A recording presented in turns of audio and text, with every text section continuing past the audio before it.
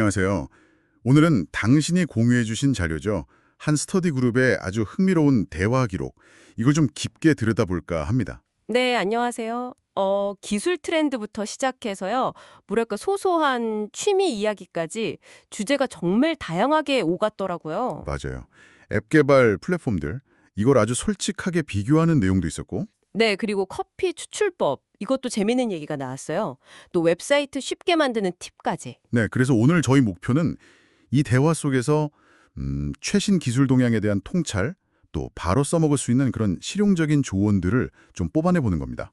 그리고 어쩌면 우리가 정보를 받아들이는 방식? 이런 거에 대해서도 같이 한번 생각해 볼 수 있을 것 같아요. 좋습니다.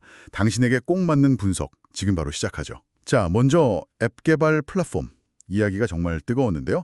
특히 플러터에 대한 얘기가 많았어요. 네, 맞아요. 그 다트 언어가 화면 구성하는 방식 있잖아요. 선현형 UI? 네네. 여기에 아주 잘 맞고 그래서 개발 속도도 빠르다. 이런 장점들이 막 나왔죠. 심지어 어떤 참가자분은 회사의 기존 앱까지 플러터로 전환하고 있다고.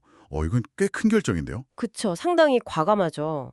근데 재밌는 건 그 얘기를 한 참가자분 스스로가 내가 너무 플러터에 빠져서 확증 편향을 보이는 거 아닐까? 이렇게 자문했다는 거예요. 아, 스스로요? 네, 플러터가 물론 좋긴 한데 혹시 단점은 좀 못 보고 있거나 아니면 뭐 금융권처럼 특정 분야에서는 잘 안 쓰이는 현실 같은 거 이런 걸 외면하는 건 아닌지 되돌아봤다는 거죠. 오, 그런 자기 성찰. 인상 깊네요. 네, 저도 그 부분이 되게 인상 깊었어요. 그럼 다른 대안으로 언급된 것들도 있었나요? 코틀린 멀티 플랫폼, KMP 같은 거요? 이건 평이 어땠어요? 아, KMP 얘기도 나왔어요. KMP는 이제 핵심 로직 있잖아요. 비즈니스 로직. 이건 한 번 만들어서 iOS, 안드로이드 양쪽에서 다 쓸 수 있는데 네. UI, 그러니까 화면은 플랫폼별로 따로 만들어야 한다는 게 좀 다르죠. 아하, UI는 따로. 네.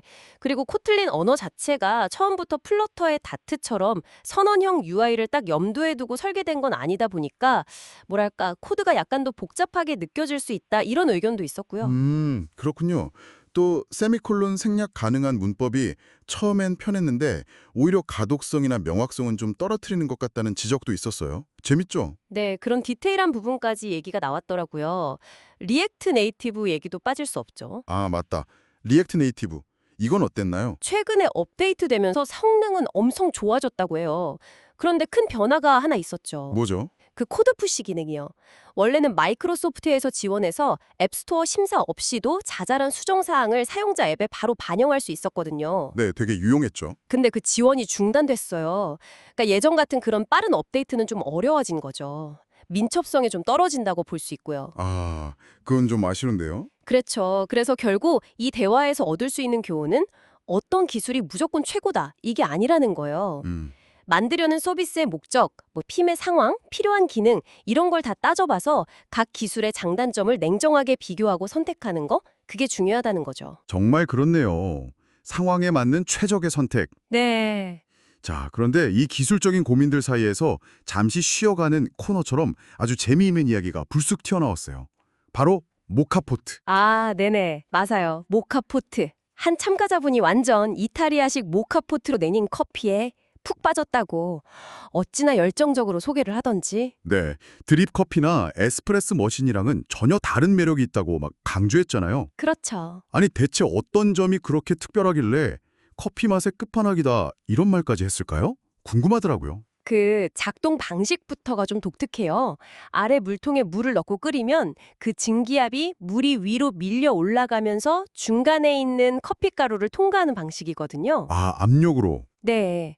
근데 스프레소 머신처럼 막 순간적으로 엄청 높은 압력을 가하는 건 아니고요. 상대적으로 좀 낮은 압력으로 천천히 끓이면서 추출하는 거죠. 그래서 맛이 어떻게 다른데요? 그러다 보니까 막 쓴맛이나 탄맛은 좀 덜하고 원두 자체가 가진 고소함이나 뭐랄까 그 풍미가 더 잘 살아난다고 해요. 그리고 커피가 위로 막 솟아오르는 그 모습 자체로 보는 재미도 있고요. 오, 듣고 보니까 저도 갑자기 확 궁금해지는데요. 집에서 한번 해볼 만 할까요? 네, 충분히요. 가격도 비교적 저렴하고 사용법도 막 엄청 복잡하진 않거든요. 그래서 집에서 좀 깊은 풍미의 커피를 즐기고 싶다 하시는 분들한테는 좋은 대안이 될 수 있죠. 다만 원액이 좀 진하게 추출되는 편이라서 보통은 물이나 우유를 좀 타서 마신다고 하더라고요. 아, 그렇군요. 약간 아메리카노나 라떼점. 워드프레스를 아주 스마트하게 활용하는 방법이요. 아, 맞아요. 그것도 되게 유용한 팁이었죠. 특히 회사 소개 페이지나 뭐 앱 랜딩 페이지처럼 내용이 자주 바뀌지 않은 정적인 웹사이트 만들 때요. 네. 핵심이 뭐였죠? 서버에서 직접 하는 게 아니라? 네, 그게 포인트예요. 보통 웹 호스팅 서버에 워드프레스 설치해서 작업하잖아요. 그렇죠. 근데 그 대신에 그냥 자기 개인 컴퓨터에다가 로컬 개발 환경, 뭐 램프 같은 프로그램 써서요. 거기에 wordpress.org 오픈 소스 버전을 설치하고 디자인을 하는 거예요. 로컬에서요? 코딩 없이도 가능한가요? 네, 엘리멘터 같은 페이지 빌더 플러그인 쓰면 그냥 마우스로 끌어다 놓으면서 디자인 다 할 수 있거든요. 코딩 거의 몰라도 돼요. 와, 편하네요. 그럼 로컬에서 디자인 다 하고 나서는요? 웹에는 어떻게 올리죠? 바로 그 다음 단계가 진짜 핵심인데요. 심플리 스태틱 같은 플러그인을 쓰는 거예요. 이걸로 완성된 워드프레스 사이트 전체를 그냥 HTML, CSS, 자바스크립트 파일 묶음으로 내보내는 거죠. 정적 파일로요. 아, 워드프레스 사이트가 아니라 그냥 파일 묶음으로? 네, 이 파일들을 이제 AWS S3 같은 클라우드 저장소나 아니면 GitHub 페이지스 같은 무료 호스팅에 그냥 턱 올리면 끝이에요. 세상에. 그렇게 하면 뭐가 좋은 건데요? 장점이 많죠. 일단 워드프레스의 그 수많은 테마나 강력한 플러그인들, 이런 생태계는 디자인할 때 다 활용할 수 있고요. 네. 근데 최종 결과물은 데이터베이스도 필요 없고 뭐 서버에서 복잡하게 처리할 것도 없는 아주 가벼운 정적 파일이 되는 거예요. 그러니까 로딩 속도가 엄청 빠르고요. 오, 빠르다. 네, 보안에도 훨씬 유리하고 결정적으로 매달 나가는 비싼 웹 호스팅 비용이 거의 안 들어요. S3나 GitHub 페이지는 트래픽 적으면 거의 공짜거든요. 와, 이건 진짜 꿀팁인데요. 정보 전달 위주의 간단한 사이트라면 정말 최고의 방법이겠네요. 그렇죠. 워드프레스의 장점과 정적 사이트의 장점을 딱 결합한 아주 효율적인 하이브리드 방식이라고 할 수 있죠. 네. 오늘 이 스터디 그룹 대화 기록 덕분에 정말 알찬 정보들을 많이 얻었네요. 앱 개발 플랫폼 선택의 현실적인 고민들부터 시작해서 네, 그리고 예상치 못했던 모카포트라는 매력적인 발견도 있었고요. 맞아요. 마지막으로 워드프레스를 활용한 아주 스마트한 웹사이트 제작법까지 정말 유익했습니다. 오늘 나눈 이야기들을 한번 돌아보시면서요. 혹시 당신도 특정 기술이나 어떤 방식에 대해서 난 이게 무조건 맞아 하는 식의 약간의 확증 편향 같은 걸 가지고 있지는 않은지 한번 생각해 보시면 어떨까 싶어요. 좋은 질문인데요. 아까 그 플러터를 좋아했던 참가자가 KMP의 다른 가능성을 다시 보게 된 것처럼요. 아니면 늘 마시던 커피 대신에 모카포트를 한번 시도해 보면서 새로운 맛을 발견하는 것처럼 네네. 우리가 좀 익숙하지 않은 도구나 방식을 탐색해보는 그런 작은 시도가 어쩌면 예상치 못한 성장이나 발견으로 이어질 수도 있거든요.